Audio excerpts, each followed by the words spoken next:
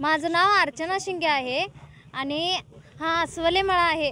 इथे राहणारे आम्ही सगळीजण लहानाची मोठी इथंच झालोय, पण आता रस्त्यासाठी आमची घरं चालल्यात। दुसरी जण जागा घेणार, दुसऱ्यांच्या जागेसाठी आमचे घर कशाला जायचं? आमची लहान पोरं आहेत, येते जातात, लाईट नाही तर इकडं काय कशाचं एकही हे नाही आहे, म्हणजे काहीच सोयी नाही आहे इथं। आम्ही काय करणार आहे मग? इथं आमचं घर पण चाललंय, आता घर पण ह्यांनी घेऊन गेली तर आमच्या आईवडिलांनी एक रुपये कमवून ती जागा घेतल्या। मग आमचं आईवडील काय करणार आता? ती जागा गेली तर घरात काय माणसं सगळी चांगलीच असतात, सगळी एक आजारी असते, काय तर असते, वय झालेलं असते माणसांचं, त्यांनी कसं बरं हे करणार? ह्यांनी कुणासाठी तर कुणाच तर जागा घेण्यासाठी दुसऱ्यांचं घर रस्त्यात घालून गेलीत, म्हणजे आम्ही कुठं जाणार आहे मग? कसं करणार आमचं आईवडील? एक रुपये कमवून त्यांनी काय तर घेऊन ठेवलेलं आहे, ते पण जागेत गेलं म्हणजे, मग रस्त्यात गेलं म्हणजे त्यांच्यासाठी आमचे घर सगळं उद्ध्वस्त करून जायचं काय? म्हणून महानगरपालिकेला मी सांगत आहे, त्यांनी जर त्याच्यात लक्ष नाही घातलं तर आम्ही येऊन उपोषण करणार। मग तेव्हा काय होईल ते मग पुढं सांगता येत नाही। आज हा अस्वले मळा हा परिसर आहे।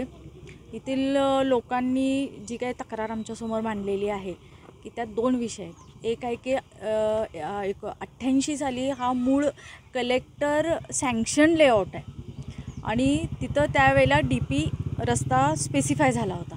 त्याच्यानंतर जो 16ला फायनल DP आलेला आहे त्यामध्ये 80 फुटी DP रस्त्याची जागा आहे ती बदललेली आहे, अशी बदललेली आहे। दुसरी गोष्ट, आत्ता जो DP रस्ता या लोकांची तक्रार आहे की अस्वले नामक ज्याचा जो पूर्वीचा मूळ DP होता तो DP DPचं कंपन्सेशन पण क्लेम केलेलं आहे आणि आता DP चेंज झाला म्हणून परत NA लेआउटचं प्रस्ताव दाखल झाला आहे असं तक्रार आहे।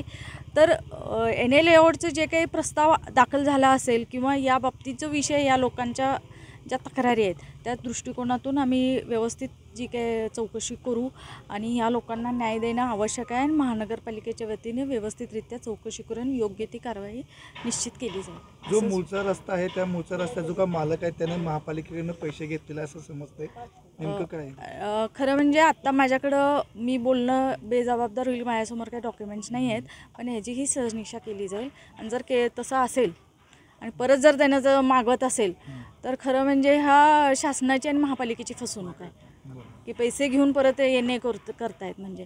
तर त्या बाबतीत जी काही कायद्यात तरतूद असेल त्याप्रमाणे प्रस्तावित केली जाईल कारवाई। राजेंद्र वसंत काकडे महानगरपालिकेमध्ये नगररचनाकार म्हणून काम पाहत आहे। सदर मिरज येथील सर्वे नंबर 50, 52 व 56 या मिळकतीमधून तत्कालीन नगरपालिका असताना 80 फूट DP रस्ता होता अस्वले मळ्याच्या इथं। सध्या 2016ला जो शासनाने DP मंजूर केलेला आहे त्यामध्ये रस्त्याची अलाइनमेंट चेंज झालेली आहे। त्या रस्त्याच्या अलाइनमेंटबद्दल आपल्या इथल्या नागरिकांनी हरकत घेतलेली आहे। तर नागरिकांची मागणी आहे की पूर्वी जो जसा 80 फुटी DP रस्ता होता त्याप्रमाणे कारवाई महापालिकेने करावी। तसंच आज निवेदन नागरिकांकडून प्राप्त झालेलं आहे, त्याप्रमाणे तपासून आम्ही रिपोर्ट सादर करत आहे। 80 DP रस्ता किती वर्षापूर्वी तो 1980च्या DPमध्ये आहे सर। आणि आता 2016ला जो शासनानं मंजूर केलेला आहे त्यामध्ये अलाइनमेंटची चेंज झालेली आहे। त्यानंतर गुंटेवारीमध्ये जे काही बांधकाम केलेले आहेत त्यानंतर तुमच्याकडे परवानगी घेऊन बांधकाम केलेले आहेत का नाही? गुंटेवारीचे जे प्रस्ताव होतात तपासून आपल्याला बांधकाम पण घेतलं की नाही याची तपासणी करून कारवाई ठेवत आहे सर. त्यावेळी प्रमाणपत्र देत असताना त्यावेळी तुम्हाला जाणवलं नाही का किंवा तुम्ही बघितलं नाही का की 80 रस्ता आहे इथे या ठिकाणी 80 फुटी? नाही, तर 80 फूट रस्त्यातले अजून अद्याप प्रमाणपत्र आम्ही दिलेलेच नाहीत. तर नागरिकांनी हा प्रस्ताव मंजूर करण्यासाठी महापालिकेकडे मागणी केलेली आहे. रस्त्यात असल्यामुळे ते पेंडिंग ठेवलेलं आहे. याची तपासणी करून आपण योग्य ती कारवाई ठेवू सर. नाही, पण बांधकाम सुरू आहे, बांधकाम झालेले आहेत, घरं झालेली आहेत, त्यानंतर तुम्ही घरं पूर्ण झाल्यानंतर मग तुम्ही तपासणी करणार आणि मग घरं पाडणार का? ही जुनी घरं आहेत सर. ही जुनी घरं आहेत. आता त्या खरेदीपत्र वगैरे सगळे चेक करून आपल्याला कारवाई करायला लागेल सर. अस्वलेने पैसे घेतलेले आहेत आणि परत आता येणे प्लॉटसाठी याची सर तपासणी करून मी माहिती तुम्हाला देत आहे. तुम्ही दिले म्हटलं होय नाही म्हटलं, बघायला पाहिजे म्हटलं सर.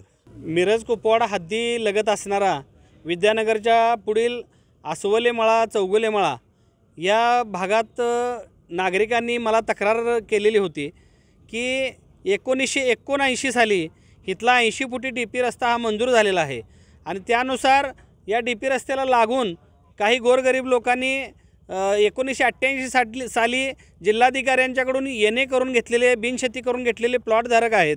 तसेच काही गोरगरिबांनी गुंटेवारी प्लॉटसुद्धा घेतलेले आहेत.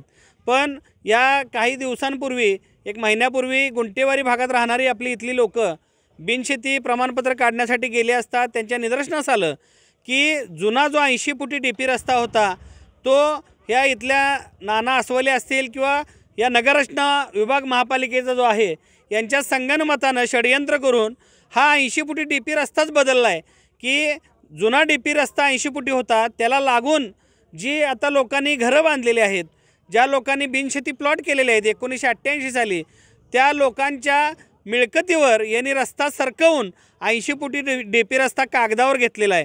त्यामुळं ह्या आपल्या सर्व नागरिकांची एक मागणी अशी होती की जुना जो 80 फुटी DP रस्ता आहे त्याप्रमाणेच भविष्यात तो DP रस्ता राहण्यात यावा, नवीन DP रस्ता कॅन्सल करण्यात यावा. तसेच दुसरी मागणी अशी होती की नाना अस्वले ह्या व्यक्तीनं 50% कॉम्पेन्सेशन घेतलं आहे महापालिकेचं. त्यांची ह्या जुन्या 80 फुटी DP रस्त्यामध्ये जमीन गेलेली होती. 50% नुकसान भरपाई मिळूनसुद्धा आता हा षडयंत्र करून DP रस्ता सरकवून त्यांनी परत आता जुन्या DP रस्त्यामधल्या प्लॉटचं बिनशेती प्रमाणपत्र करून येणे करण्याचं षडयंत्र आखलेलं आहे. म्हणजे महापालिकेचा पैसा पण घ्यायचा आणि हे सुद्धा प्लॉट विकायचे, अशा पद्धतीचं षडयंत्र हाणून पाडणार आहोत. म्हणून दुसरी मागणी आमची ही होती की ह्या अस्वलेंनी आत्तापर्यंत जेवढ्या बिनशेतीच्या फाईल दाखल केल्या असतील त्या फाईल तात्काळ थांबवाव्यात.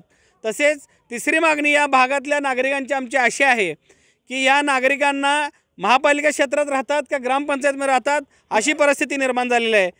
गुडघाभर चिखलाचं वातावरण आहे, पाणी साठलेलं आहे, डेंग्यूच्या आजारांत त्रस्त आहे, अंतर्गत रस्ते सगळे मुरुमसुद्धा टाकलेला नाही, लाईटसुद्धा या भागात नाही. त्यामुळे इतका दुर्लक्षित राहिलेला भाग आहे. तात्काळ महापालिका प्रशासनानं दखल घेऊन ह्या भागाचं जे काही मुर्मीकरण असेल, लाईट लावायचं असेल, रस्त्याचे प्रश्न असतील, औषध फवारणीचे प्रश्न असतील, हे सगळे प्रश्न सोडवावेत.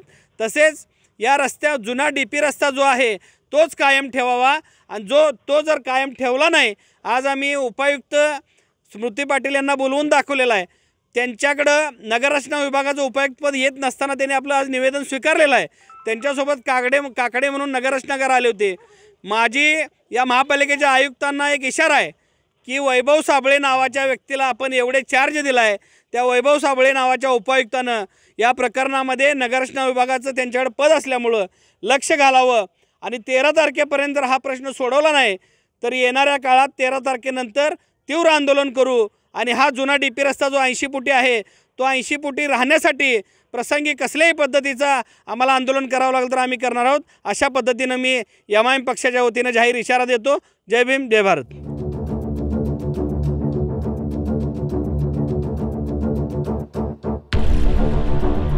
हा जो अस्वले प्लॉट आहे या ठिकाणी आपल्या समोर जो दिसतो तो 80 फुटी रस्ता आहे आणि या रस्त्याच्या बाजूला असणारी जी जागा आहे ती अस्वले नामक व्यक्तीची आहे आणि ही जागा महापालिकेला दिल्यानंतर या अस्वले यांनी या महापालिकेकडून 50% रक्कमसुद्धा या रस्त्याचं जो काय जमीन गेलेलं आहे त्याबद्दल घेतलेली आहे असा इथल्या स्थानिक नागरिकांनी आरोप केलेला आहे. आणि आता पुन्हा एकदा अस्वले याच रस्त्याचा पूर्ण हे करून येणेकरून हा या ठिकाणी प्लॉट पाडण्याचा उद्योग करत आहेत आणि हा जो 80 फुटी रस्ता आहे तो दुसऱ्या बाजूला आपण पाहू शकता ही जी घरं आहेत रस्त्याच्या बाजूला, या घरांच्या ठिकाणी हा 80 फुटी रस्ता त्यांनी मंजूर करण्याचा घाट घातलेला आहे आणि त्या संदर्भात इथले संतप्त झालेल्या नागरिकांनी महापालिका उपायुक्त यांना या ठिकाणी बोलवलं होतं आणि या ठिकाणी नगररचना विभागाच्या अधिकाऱ्यांनाही बोलवलं होतं आणि त्यांना आता त्यांनी निवेदन दिलेलं आहे की येणाऱ्या काही दिवसात जे 80 फुटी मूळ रस्ता आहे, आता ज्या ठिकाणी आपण उभा आहोत हा रस्ता आहे त्या ठिकाणीच असावा, आमच्या घरावरती बुलडोजर फिरवायचा नाही, अन्यथा आम्ही या संदर्भात महापालिकेवर मोर्चा काढू असंही त्यांनी सांगितलेलं आहे. त्याचबरोबर MIMचे जिल्हाध्यक्ष डॉक्टर महेश कुमार कांबळे यांनीसुद्धा सांगितलं आहे की महापालिकेनं या नागरिकांच्या मागण्यांच्याकडे जर दुर्लक्ष केलं तर नागपूर येथे अधिवेशन चालू आहे त्या ठिकाणी इथल्या नागरिकांना घेऊन मोर्चा काढेन असं सांगितलं आहे. दरम्यान महापालिकेच्या उपायुक्त स्मृती पाटील यांनी निवेदन घेतल्यानंतर संपूर्ण प्रकरणाची चौकशी करून जी रीतसर कायदेशीर कारवाई आहे ती करू असे आश्वासन इथल्या स्थानिक नागरिकांना दिलेलं आहे. राज्य सरकार हा जो रस्ता आहे या रस्त्याच्या संदर्भात काय भूमिका घेतं आणि महापालिका आयुक्त सुनील पवार या रस्त्याच्या संदर्भात काय भूमिका घेतात हे पाहणं महत्त्वाचं ठरणार आहे. कॅमेरामन सुजितसोबत मी शंकर देवकुळे, TV9 मराठी, सांगली.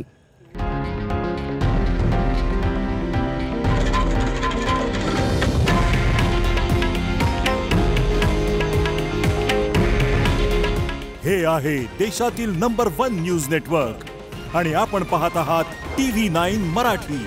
काळजी तुमची, हित महाराष्ट्राचं.